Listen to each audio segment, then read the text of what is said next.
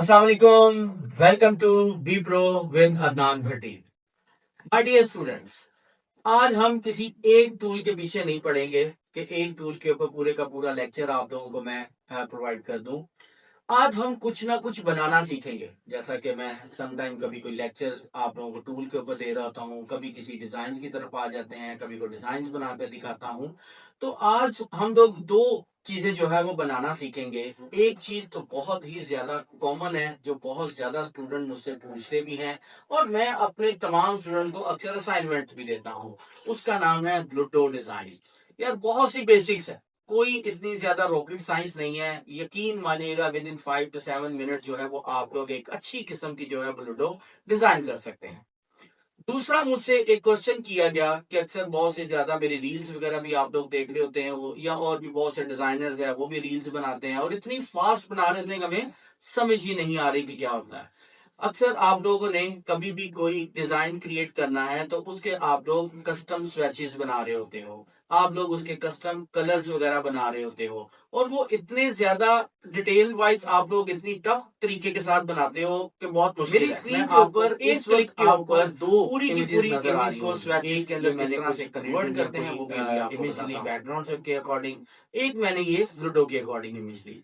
सबसे पहले ये काम छोटा सा है, इसको देखते हैं। बहुत से लोग क्या करते हैं, बिगनर लेवल के ऊपर आते हैं और यहाँ पर डिफरेंट स्टाइल में मैं कोई एक से बॉक्स ये ले लिया, फिर इसी को मैं डुप्लीकेट करता हूँ। पहले मैं वो काम कर रहा हूँ जैसे एक बिगनर लेवल के ऊपर काम किए जाते हैं, कंट्रोल डी यानी रिपीट करने के लिए। फिर आप इसको रिपीट करते हैं जितने भी कलर्स आपको चाहिए होते हैं। इधर आएंगे आई ड्रॉपर से, अच्छा जी ये वाला कलर ले लिया। फिर यहाँ से आते हैं, फिर आई ड्रॉपर से नहीं जी ये वाला कलर ले लिया। फिर इधर आते हैं, यहाँ से आई ड्रॉपर से ये वाला कलर ले लिया। इस तरह से आप लोग इस काम कर रहे होते हो। यार मैंने बहुत से स्टूडेंट्स को कहा कि काम इस तरह नहीं करता, अगर किसी के कुछ समझ नहीं आती तो आप उससे पूछ सकते हो, काम सीख सकते हो। यहाँ पर आके इस तरह से स्वेचेस बना रहे होते हो आप लोग। नहीं, ऐसा नहीं है। आप इन सबको रिमूव करें। जिस भी इमेज के आपने स्वेचेस बनाने, चाहे वो ग्रेडिड है, बैकग्राउंड है, एबीसी कुछ भी है, आप उसी को कर लें यहाँ पर डुप्लीकेट। ओके। और यहाँ आ जाए हम ऑब्जेक्ट के मेन्यू के अंदर। ऑब्जेक्ट के अंदर यहाँ पर आएगा क्रिएट ऑब्जेक्ट मॉडल। ठीक है, आप इसको यहाँ क्लिक करें। वो आपसे कुछ ऑप्शंस जो है वो पूछेगा कि आपने इसकी जो है वो टाइल्स की जो स्पेसिंग है वो कितने पिक्चर रखना चाहते हो। 2 पिक्चर रखनी है, 3 पिक्चर रखनी है, 5 पिक्चर रखनी है, 8 पिक्चर, जितनी भी आपकी रही है, 1 पिक्चर रखनी है। मैं फिलहाल क्या देता हूँ यार, मैं इसकी विड्थ जो है 3 रखना चाहता हूँ, हाइट जो है चलो वो भी मैं 3 कर देता हूँ। और फिर उसके बाद जो भी उसकी वेट और हाइट इस वक्त जो बाय डिफॉल्ट बता रहा है वो है, उसे कम या ज्यादा करने हैं वो भी आप कर सकते हो। और आपके पास एक चीज जो है ना बाय डिफॉल्ट अनचेक होगी, वो होगा ये डिलीट रास्टर। रास्टर यानी कि ये इमेज, अगर आप इसको एज इट इज रखेंगे स्वेचेस भी बन जाएंगे और इमेज भी रहेगी, लेकिन हमारी रिक्वायरमेंट इमेज नहीं होनी, तो मैं इसको कह देता हूँ डिलीट रास्टर। रास्टर यानी इमेज, और सिंपल मैं इसको ओके कर देता हूँ। ये ले, आपके स्वेचेस रेडी। कितना आसान तरीका था, जो कि मैनुअल इतनी मुश्किल से आप काम कर रहे थे फिर भी परफेक्ट आप लोगों के पास कलर जो है कॉम्बिनेशन उसके नहीं बन पाते। तो इस तरह से आप अपनी मर्जी के मुताबिक जो है वो कलर स्वेचेस जो है वो क्रिएट कर सकते हो। चलो अभी इसको हम करते हैं रिमूव। अब आते हैं लूडो की तरफ। अब लूडो बनाने का सबसे पहले एक बेसिक कॉन्सेप्ट कि आपका जो आर्ट बोर्ड है वो स्क्वायर शेप के अंदर होना चाहिए। इस वक्त मेरे पास जो आर्ट बोर्ड है वो है 1080 by 1080 का। ओके, लाजमी नहीं कि 1080 by 1080 ही हो, बस स्केयर होना चाहिए, वो चाहे आप कोई भी काम कर सकते हो। अब हमारे पास बेस क्या होनी चाहिए, इनके बॉक्सेस के ऊपर यहाँ पे एक आपके पास आ रहा है बड़ा बॉक्स आ रहा है, बाकी छोटे छोटे से रेक्टेंगल आ रहे हैं। Box is equal to rectangle.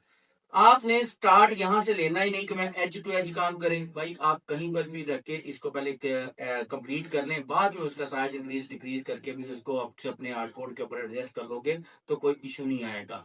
हम लोग क्या करते हैं, सबसे पहला स्टेप ही यहाँ से एज इट इज बनाने की कोशिश करते हैं, फिर बीच में फिर मार्जिन आ जाता है, गैप आ जाता है, काफी इश्यूज आ जाते होते हैं। ओके, तो मैं अभी उसको कह नहीं रहा कि आपका पहला जो है रेक्टेंगल का साइज कितना होना चाहिए, ये नहीं है। बिगनर लेवल के ऊपर हम काम नहीं करें, इसको प्रोफेशनल भी चलेंगे, यानी बेसिक्स टू प्रो लेवल के ऊपर हम लोग काम कर सकते हैं। आप ग्रेडियंट के ऊपर काम करना चाहते हो या आप लोग जो है सिंगल कलर के ऊपर काम करना चाहते हो, इट्स अप टू यू, जैसे आप आओगे। ओके, मैं फिलहाल कह देता हूँ कि यार अभी मैं ना सिंगल कलर के ऊपर ही काम कर रहा हूँ। मैंने पहला बॉक्स मेरे पास ये आ गया। अब मेरे पास ये नीचे कितने बॉक्स हैं, 6। अगर आप लूडो खेलते हो तो आपको पता होना चाहिए 1 2 3 4 5 6। ओके, 6 बॉक्सेज हैं, यानी रेक्टेंगल आपका एक ही है। अब मैं इसी को क्या करता हूँ, इस वाले रेक्टेंगल, बड़े वाले रेक्टेंगल के अकॉर्डिंग 6 छोटे रेक्टेंगल्स में कन्वर्ट कर देता हूँ। अगर आप इसके दौरान गैप रखना चाहते हैं तो इट्स अप टू यू, रख सकते हैं, या आउटलाइन इसको यूज करना चाहते हो तो वो भी आप यूज कर सकते हो, कोई इतनी बड़ी बात नहीं है। यहाँ पर मैं इसको क्या करूंगा, व्हाइट कलर आ जाएगा मेरे पास, और जो मेरे पास स्ट्रोक है, स्ट्रोक को मैं ब्लैक करता हूँ। मैं ब्लैक 100% यूज नहीं करता, तो मैं इसको जरा ग्रे टोन के अंदर यहाँ पे ले आता हूँ। अब इसको और इसको दोनों को मैंने की ऑब्जेक्ट के हिसाब से मैंने इसको लेफ्ट अलाइन कर लिया। अब मैं इसको यहाँ पर जूम कर लेता हूँ और इसके साथ यहाँ ऐड कर दूंगा। अब हमने क्या काम करना है, मैं इसको डुप्लीकेट करता हूँ। ये देखें, स्टार्ट में 2 3 4 5 6, मैंने सिर्फ 6 रेक्टेंगल डुप्लीकेट कर लिए। फिर सबको सिलेक्ट करके इसके एज पर यहाँ पर मैनुअली मैं इसको मूव कर देता हूँ। ओके हो गया। अब यहाँ पर क्या है, आपके पास 3 सेम कॉलम है, 1 2 एंड 3। मैं इसको भी यहाँ पे रखूंगा और इसको मैं यहाँ, ये आ गया, ये डुप्लीकेट। ओके, 2 एंड 3, ये मेरा स्टेप 1 बन गया। ओके, बाकी ये एरो भी आप लगा सकते हो, आप एक डिफरेंट शेप भी है, यहाँ पे कोई हैंड का साइन दे सकते हो, कोई यानी कि कोई लाइन लगा के इसको डॉटेड लाइन के थ्रू एरो वगैरह यहाँ पे यूज कर सकते हो। इधर आगे अब मैं ये वाला और ये वाला सेक्शन जो आपके पास आ रहा है उसको मैंने शिफ्ट से सिलेक्ट कर लिया और सेम कलर इसके साथ दे देता हूँ। स्ट्रोक जो है वो आप लोग अपने वही, जैसे मैंने आपको बताया था, ग्रे ही फिलहाल रहने देता हूँ ताकि आप लोगों को नजर आएगा कि क्या काम हो रहा है। अब यहाँ पर मेरे पास आ गया सेकंड स्टेप, लेकिन अभी ये रह गया है 4 बॉक्स। आप लाजिम नहीं कि आप बिल्कुल एज इट इज ही बनाओ, आप अपनी मर्जी के मुताबिक इसको छोटे सर्कल सिंपल भी लगा सकते हो, स्टार्स लगा सकते हो, कोई मल्टीपल शेप्स लगा सकते हो। लूडो जब आप देखते हो तो यार बहुत सी कमाल किस्म की चीज होती है, ठीक है। मैं फॉर एग्जाम्पल यहाँ पर जो है वो स्टार्स के ऊपर ले आता हूँ, मुझे यहाँ पर स्टॉक नहीं चाहिए, मैं इसको अभी फिलहाल क्या है व्हाइट कलर में ले आता हूँ। ओके, मैं एक स्टार इधर, ये 4 स्टार मैंने यहाँ पर लगाने हैं और इन दोनों को सिलेक्ट करके मैं यहाँ में जाता हूँ। अब इसको इसको चारों को सिलेक्ट करके कंट्रोल जी, इनको सिलेक्ट किया, फिर इसको की ऑब्जेक्ट बनाया, सेंटर एंड मिडल, ये ले मैं स्टार्स के साथ जो है वो इसको मॉडिफाई कर दिया। ओके, आप एज इट इज शेप भी बना सकते हो, आप सर्कल के साथ भी चल सकते हो, इट्स अप टू यू। कोई इसके अंदर लाजिम नहीं कि मैं स्टार के ऊपर काम कर रहा हूँ तो आप लोग भी स्टार के ऊपर ही काम करोगे। हमने सिर्फ एक बेसिक सी चीज बनानी है, बाद में आप उसको अपनी मर्जी के मुताबिक कलर्स वगैरह जो है वो यूज कर सकते हो। अब मैं इसको क्या करूंगा कि ये जो मेरे पास पूरा एक स्टेप बन गया है, मैं इसे करता हूँ कंट्रोल जी। ओके, मैं इसको कर लेता हूँ यहाँ से सबको डुप्लीकेट।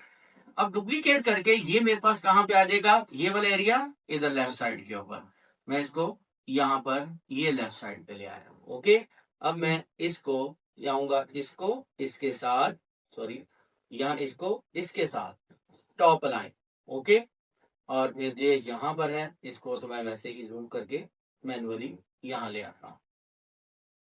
अब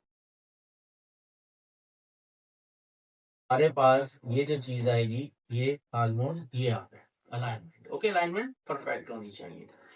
अब ये जो कलर है मेरे पास, मैं इस कलर के ऊपर आऊंगा, अनग्रुप करता हूं यहाँ पर, और इसका कलर यही वाला ब्लू जो है, सॉरी ब्लू कह रहा हूँ, ग्रीन कलर जो है वो मैं यहाँ पर ऐड कर दूंगा। अब इसके बाद ये वाला जो मेरे पास कलर है इनको भी मैं यहाँ पर ऐड कर दूंगा, ब्लू कलर, ठीक है, जो मैंने ऑलरेडी यहाँ पर चूज किया हुआ है। तो मैं यहाँ पर शिफ्ट भी सिलेक्ट किया और इसको भी मैंने सेम कलर कर दिया। स्ट्रोक अभी फिलहाल मैं वही अपनी जो थी ग्रे वाली एज इट इज वही रखता हूँ। ठीक है, मेरे पास 2 स्टेप कंप्लीट हो गए। अब फिर मैं इन सबको कंट्रोल जी करता हूँ, कंट्रोल जी करके मैं फिर डुप्लीकेट करता हूँ। ओके, और मैं इसको फिर यहाँ से रोटेट करता हूँ।